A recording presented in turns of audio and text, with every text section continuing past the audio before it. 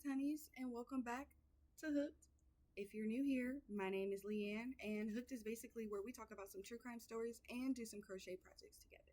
And on today's episode, we will be talking about a man of Dennis Lewis, a man whose life was cut short due to him just protecting his own mother. Also, this story shows that if the police think you did it, then you did it, no matter if they have the correct suspect or not. We will also be just doing like a free for all crochet project. I am working on some shorts, so I'll just be working rounds of my shorts, and you can kind of just do whatever, or I guess whatever, whatever. So we are gonna go ahead and get into this story.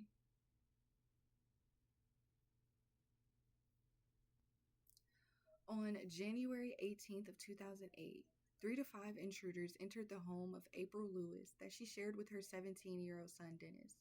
One of the intruders held a gun to April as the other searched the house, despite April saying that there was no money there. The commotion wakes up her 17-year-old son Dennis, and he goes to see what was going on. He got into a fight with one of the intruders, and another one tackled him and shot him to death before all of the intruders fled the scene.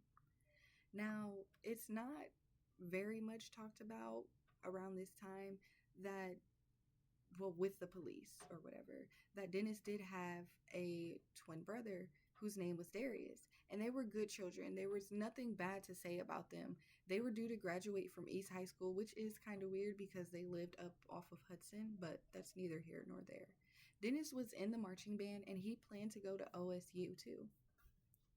Now, for a time, Dennis's cousin Joey Westbrook lived with them and his mother, which is the reason why Darius moved out.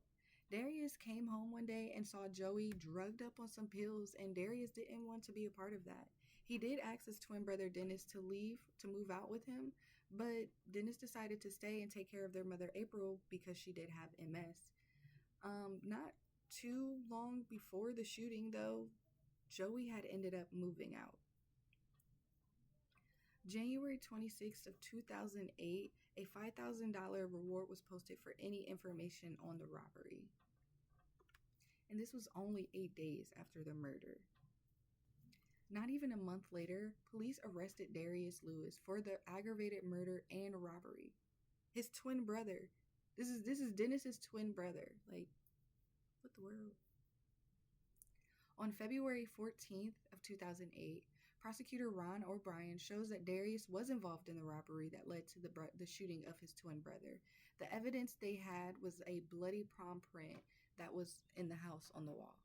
They took the whole wall and had it evaluated, and after the evaluation, the prints came back to be Darius's, even though Darius had been in the house plenty of times before the murder. He lived there, you know?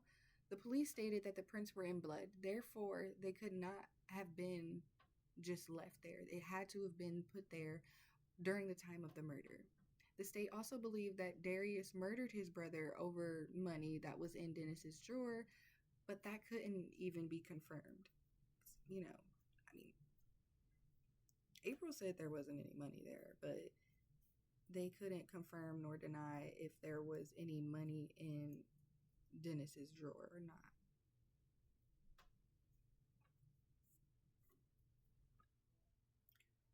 On February 17th of 2008, the family issued a statement in full support of Darius, stating that there was no way that he can do this. Also, that Darius and Dennis were very close, and if he ever needed anything, all he had to do was ask.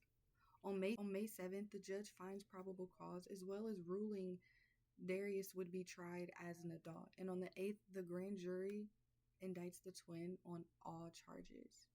By the 12th, Darius was sent to the county after the prosecutors say that he was a danger to everyone. What? The next day, Darius's alibi was filed with the courts, which proves that Darius was 6 miles away from the home when the murder took place. Also, he had a witness to prove that he was where he said he was at the time of the murders. He was not there, nowhere near there. On March 9th of 2009, a whole year and a month later, the jury was selected, and on the 10th, the trial started. Blows me. The next day, police experts testified that only one person could have left the bloody palm print, and that was Darius Lewis.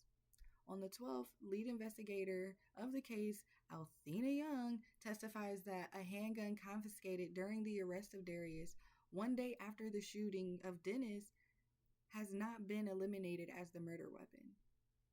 What do you mean hasn't? Did y'all test it or not? Was it used or not? Did you test it or not? Like, what do you mean can't be eliminated? What the like? I don't fucking understand these people. Like, this shit don't be making no type of sense to me at all whatsoever. On July 27th of 2009, prosecution and defense met behind closed doors and agreed to reevaluating the palm print left on the bedroom wall. Don't know why they had to do that in behind closed whatever. On August 6th of 2009, charges against Darius have been dropped and Darius sued CPD for wrongful arrest and got a settlement of $950,000 over a span of 20 years, which honestly, that's really not enough in my eyes. They had him locked up for like over a year and then framed him for his brother's murder after he had evidence that he wasn't even there. Like, what are y'all doing? You guys have literally nothing better to do. Actually, you do have something better to do. How about you guys go and find the actual people that did commit the murder? What? Makes sense. Make it make sense. All right, my hook tinies, that was the case of Dennis Lewis and how police framed his twin brother. And it was so unfortunate what happened to Darius. They grew up so close, and to think he couldn't even mourn the death of his twin brother because police were too busy keeping him in prison for a murder that he didn't even commit. If you guys enjoyed this episode, please, please, please like and subscribe, and don't forget to follow me on Instagram at HookedW True Crime. Love y'all. Bye.